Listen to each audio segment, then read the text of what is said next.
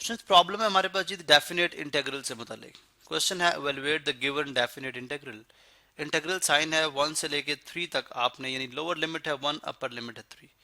यानी जब x equal to 1 होगा और x इक्वल टू 3 होगा तो जो गिवन फंक्शन है ये क्या वैल्यू देगा, ये हमने इवेलुएट करना है, इसलिए मैंने इसको डेफिनेट इंटीग्रल बोला। ठीक है, अब चूंकि एक फ्रैक्शन है यानी इंटीग्रैंड इसका एक फ्रैक्शन है, तो सबसे पहले मैं ये देखूंगा कि इस फ्रैक्शन की टाइप क्या है, प्रॉपर है या इम्प्रॉपर। तो मैंने देखा जी कि जो न्यूमरेटर है उसमें x की डिग्री 2 है, डिनोमिनेटर में x की डिग्री 1 है, मतलब न्यूमरेटर की डिग्री डिनोमिनेटर से ज्यादा है। इसका मतलब क्या हुआ, ये एक इम्प्रॉपर फ्रैक्शन है। तो सबसे पहले आप इसको प्रॉपर बनाएंगे, डिवाइड करेंगे, एक्स स्क्वायर माइनस 2 आ जाएगा डिविडेंड और x प्लस 1 आ जाएगा डिवाइजर। एक्स स्क्वायर किस तरह डिवाइड करते हैं, x square first term dividend की डिवाइजर की फर्स्ट टर्म के साथ डिवाइड होगी तो क्या आ जाएगा एक्स मल्टीप्लाई बाय एक्स आ गया एक्स स्क्वायर और plus into minus plus 1x plus 1 into x plus x, तो ये आ जाएगा नेगेटिव साइन। अगर आपको डिवीजन नहीं आती तो आप वीडियो को यहाँ पे स्टॉप करें और पहले आप डिवीजन देखें फ्रैक्शंस की। ठीक है, अलजेब्रिक फ्रैक्शंस की। अब आप देखते हैं कि अब भी अगर आप देखें तो ये चूंकि ये डिनोमिनेटर बनेगा, ठीक है, और ये बनेगा न्यूमरेटर। अभी भी न्यूमरेटर की डिग्री डिनोमिनेटर के बराबर है, 1 है। हम मजीद डिवाइड करेंगे, x को minus x divided by x करें तो क्या जवाब आएगा, -1। इसका मतलब आ जाएगा -x और प्लस 1 इंटू -1। यहाँ से साइन चेंज पॉजिटिव और ये पॉजिटिव, ये कैंसिल, -2 प्लस 1 इज -1। इसका मतलब है इसको इंटीग्रेट जब आप करेंगे तो बजाय आप इसको इंटीग्रेट डायरेक्ट तो बहुत मुश्किल है, तो आप इसको सबसे पहले इस फॉर्म में लिखिए 1 से लेके 3 तक और ये सब ब्रैकेट में। किस तरह से, यानी इस ये आ जाएगा, ये हमारे पास आ जाएगा x माइनस वन यूं कर लें, x माइनस 1 यानी कोशेंट माइनस रिमाइंडर और डिवाइजर, और ये सब किसके साथ है, dx के साथ। अब ये हमारे पास क्या था, ये रफ फर्क है। ठीक है, चले अब आप क्या करेंगे, अब आप मजीद इसको अब हम इसको इंटीग्रेट करेंगे फिर इवेलुएट करेंगे। ठीक है, अब इंटीग्रेशन में हमने पढ़ रखा है जी फंक्शन जो होते हैं इंटीग्रेशन के अंदर सबका अलग अलग से इंटीग्रेशन किया जाएगा। 1 से लेके 3 तक x dx, उसके बाद -1 से लेके 3 तक 1 dx, उसके बाद -1 से लेकर 3 तक 1 और 1x प्लस 1 dx।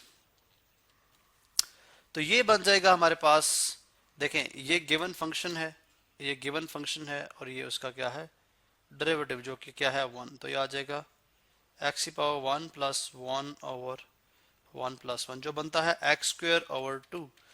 तो मैं लिख दूंगा x स्क्वायर ओवर 2, और यहाँ पे लिमिट चूंकि अभी तक हमने अप्लाई नहीं की, lower limit upper limit as it is आ जाएगा। इसका हो जाएगा x, बिकॉज 1 dx का क्या हो जाएगा, इंटीग्रल x।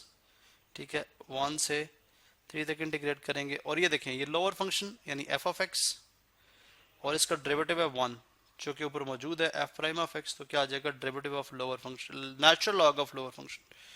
तो नेचुरल लॉग ऑफ एब्सोल्यूट लेंगे चूंकि नेचुरल लॉग पॉजिटिव वैल्यूज का होगा, x प्लस 1 और x प्लस 1, और यहाँ पे हमारे पास लिमिट आ जाएगी 1 2 3। वैसे भी लिमिट अगर आप देखें तो x की वैल्यू हमारे पास पॉजिटिव आएगी, क्योंकि लिमिट हमारी में नेगेटिव वैल्यूज होंगी नहीं, सारी पॉजिटिव वैल्यूज। ठीक है, बट फिर भी अभी हम देखते हैं जी नेक्स्ट प्रोसेस क्या होगा।